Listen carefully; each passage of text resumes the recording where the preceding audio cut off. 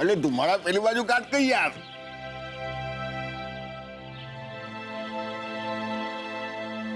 चा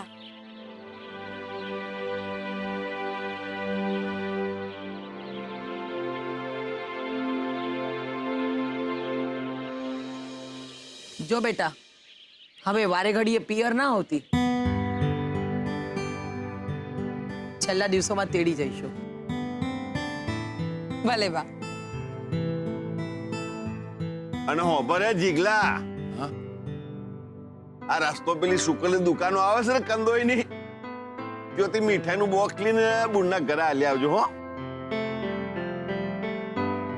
એ ભલે બાપા. તું પાછી ક્યારે આવીશ?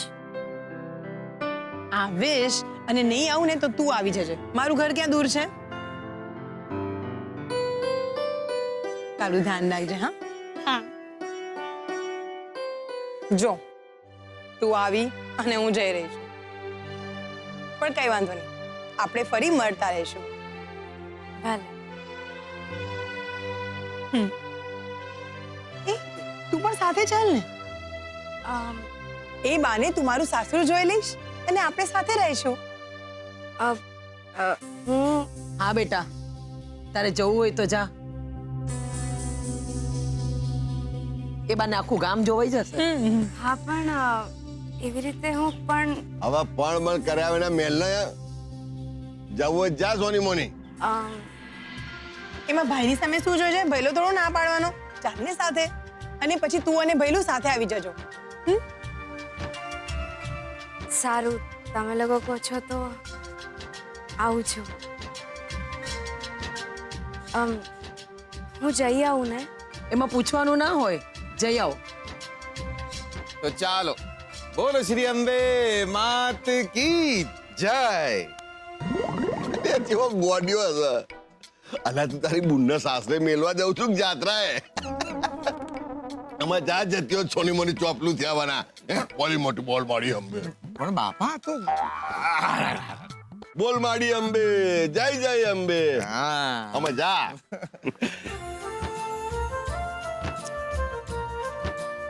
ધ્યાન રાખજે. હા બા, ચાલ. સુખી રહેજે. બાપા જીવતી રે બેટા, જીવતી રે. જાઉં છું. હા ચાલ.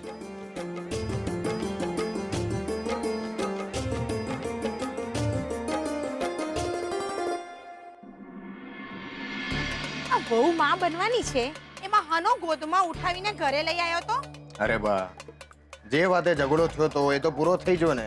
બહુ માં બનવાની છે ને એમાં તારે ફટાકડા ફોડવાની જરૂર નથી, સમજો.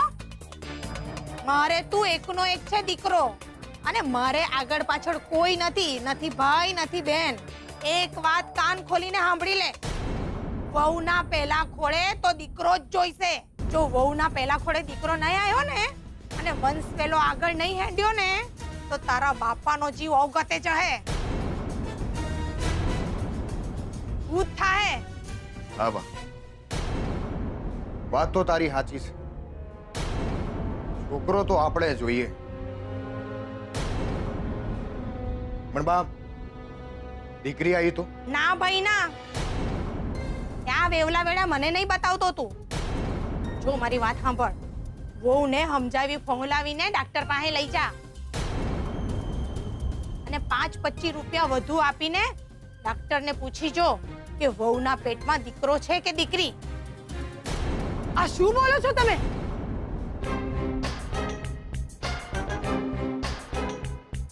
આઈ ગઈ, નામ દીધું ને આઈ ગઈ. મારી પીઠ પાછળ તમે આમને આવી રીતે ચડાવો છો. ડોક્ટર પાસે લઈ જશો તમે? છોકરો આવશે કે છોકરી એ મારા હાથમાં છે. જણાબેન, તમે શાંતિ રાખો. છોકરો જોઈએ એટલે જોઈએ, કીધું ને. જો તમે બંને શાંત થઈ જાઓ, મહેરબાની કરીને શાંત થઈ જાઓ. અત્યારે આયો મોટી બેનનું ઉપરાણું લેવા. નાના માસી, જો હું તો માત્ર એટલું કહું છું કે આટલા વર્ષે સારા સમાચાર આયા છે તો ખુશી ખુશી રહ્યો ને દિયોર. એ તું મારી માં અમે કઈ બોલતો ને કહી દઉં છું તને. નાના ભરત, હું માસીને સંભળાવી નથી રહ્યો. હું તો એમને સમજાવી રહ્યો છું કે એ તમે મારા ભાઈને એમ ધમકાવો નહીં, હા? મોટી, અમે વાત કરીએ છીએ ને. જણાબેન શાંતિ રાખો. લો હવે પારકા માણસે આપણા ઘરના ઝઘડામાં બોલવા લાગ્યા. આખું ગામ ભેગું કરશે હવે. માસી, એ પારખા નથી, અમારા મહેમાન છે. અને મહેરબાની કરીને એમના માટે જરા સંભાળીને બોલો. એ તું મારી માને મોઢું સંભાળીને બોલવાનું કહીશ? હા, હું તો તમે મારા ભાઈ સામે આમ દાદાગીરીથી વાત નહીં કરો, કહી દઉં છું. શાંત થઈ જા, શાંત થઈ જા, મહેરબાની કરીને.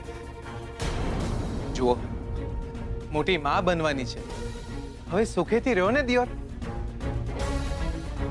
હવે છોકરો આવે કે છોકરી, શું ફરક પડે છે?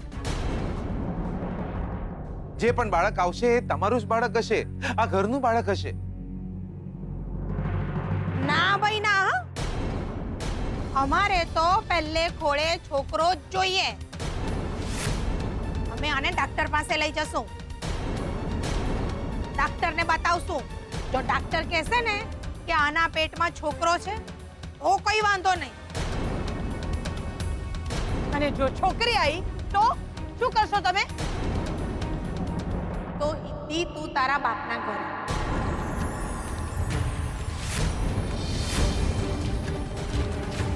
એ! મારા બાપ સામે જતા નહીં, કહી દઉં છું. મોટી, શાંત થઈ જાઓ.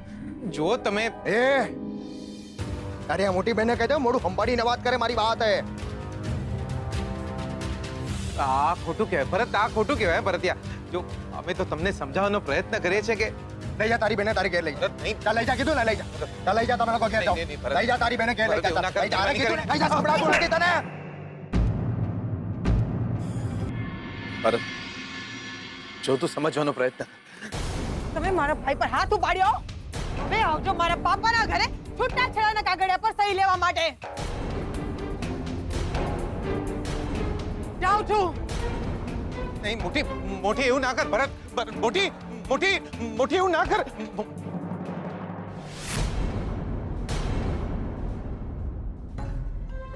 ભરત, રિક્વેસ્ટ કરું છું તમને બંને, શાંત થઈ જાઓ. અત્યારે બંને ગુસ્સામાં છો.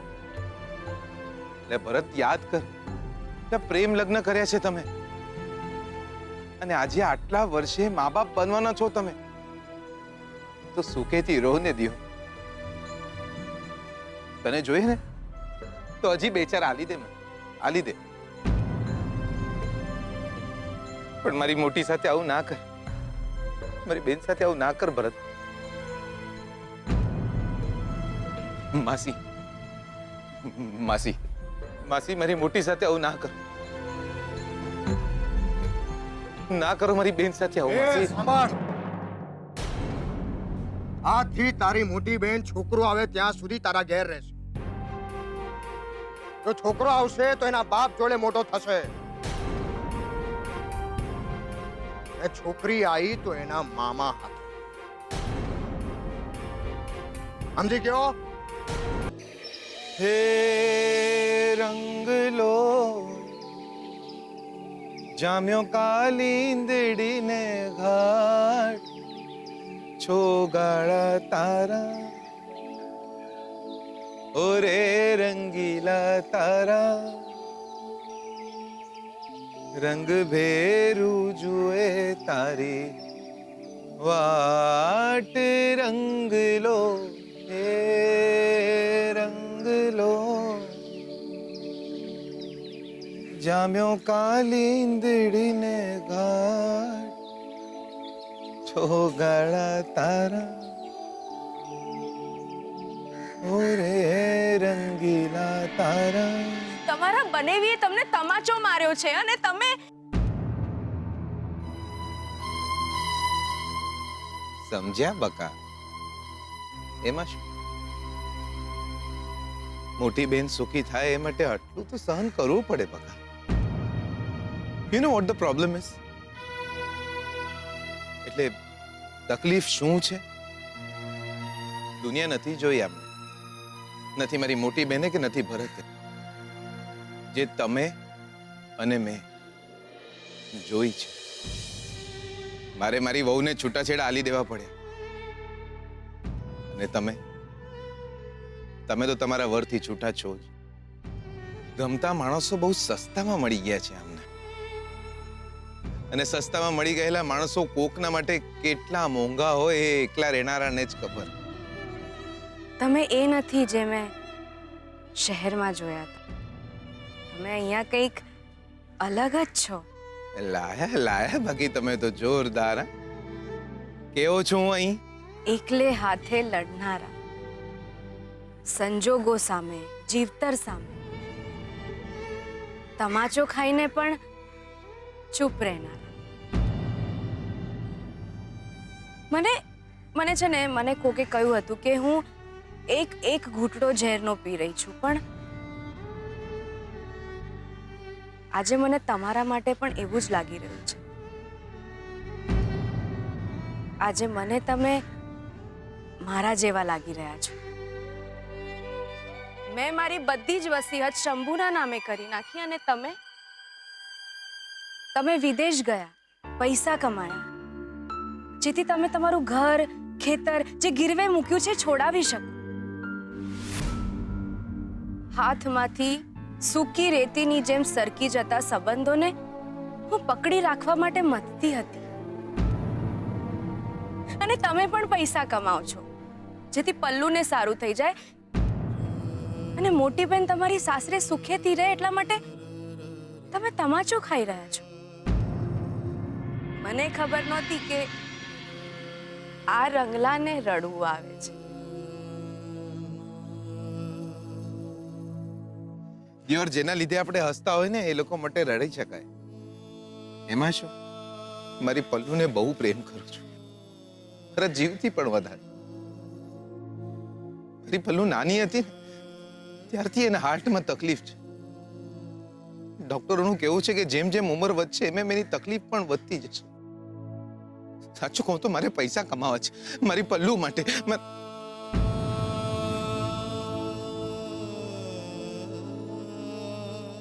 બકા, તમે તો બધું જ જાણી ગયા દિયોર. તમે જ મને કહ્યું હતું ને કે તમારા ઘરે મને ઘર જેવું લાગી રહ્યું છે. હું તમને કઈ મદદ કરી શકું? એક મદદ કરજો હા મારી. કોઈને કહેતા નહીં કે જીગર આત્મારામ પટેલ રડ્યો હતો. કચરો થઈ જશે મેવાણામાં.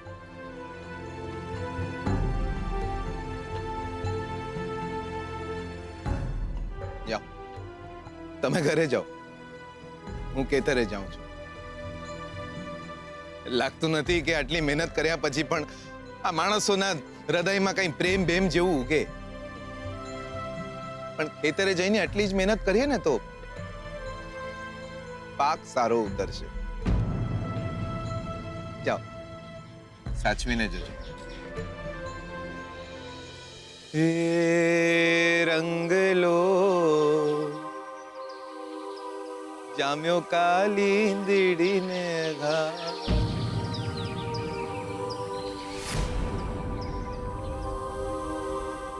એ નફટ ભરતની હિંમત કેવી રીતે થઈ મારા જીગરના ટુકડા જીગલા પર હાથ ઉગામવાની? હા બાપા, અને મારી સાસુ એલ ફેલ બોલતા હતા. પણ હવે શું છે? હવે તો તું માં બનવાની છો. આજે તે ભરતના મારીને થોડા કાઢી નાખ. એવો ફટકારું કે જિંદગીમાં બીજી ફેરા કોઈનો બાપ ના બની શકે. પિસ્તોલીથી હોભર્યું પેલા ભરતિયાએ આપણા જીગલાને લાફો માર્યો. જી જીગલો ચોહા અલી જીગલાની માં કશું જીગલાને બોલાય એને કા ગામમાંથી 10-15 માણસ લેતો આવો. આજ તો ભરત્યો જો. અરે પણ મારી વાત સાંભળો, હું શું કહું છું. તમે મારી વાત સાંભળો. હરીશ પડી કહું છું, આજે તો અમે વચ્ચે ના પડતી. અરે પણ આમાં વાત વધી જશે. અરે મુઈ વાત में વધ્યો તો વધે ને ઘટ્યો તો ઘટે. મારે કેટલા ટકા હે? અમે દિયોર હાથમાં બંગડીઓ નહીં પહેરી. આજ તો આ પાર તો પહેલે પાર. આત્મારામ પટેલ નામ તો મારું હે. આખું મેહોણા માથે લઈ. માથે મેહોણા નહીં, જવાબદારીઓ લો. તમે ભલે બંગડી પહેરીને ના બેઠા હો, પણ તમારી દીકરીના હાથની બંગડી સામે જુઓ. આમ જુઓ, એ માં બનવાના છે, એમની સામે જુઓ. એટલે એ લોકો આમ આપણું અપમાન કરે અને આપણે ચૂપ રહેવાનું? જોયું નહીં તમે કેટલી ચરબી છે એનામાં? એલ ફેલ બોલતા હતા. માફ કરજો મોટા બેન, પણ તમે પણ ગુસ્સો કર્યો છે.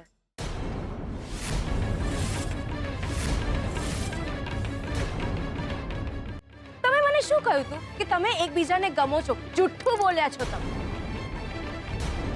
ગમતા લોકો એકબીજાને ગમતી વાતો કરે. લગ્ન થયા છે તમારા, મા બાપ બનવાના છો તમે. ગામમાં જ સાસર્યું છે ને ગામમાં જ પિયર્યું છે, એટલે તમે બંને એમ માનીને બેઠા છો કે ગમે ત્યારે પિયરે જતા રહેવાશે ને ગમે ત્યારે સાસરીએ.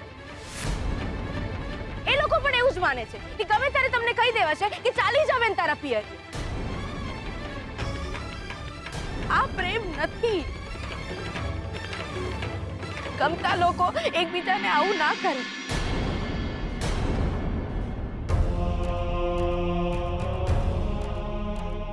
મારે માં નથી. માં માટે છે ને મેં વલખા માર્યા છે. તમે માં છો. વારો તમારી દીકરીને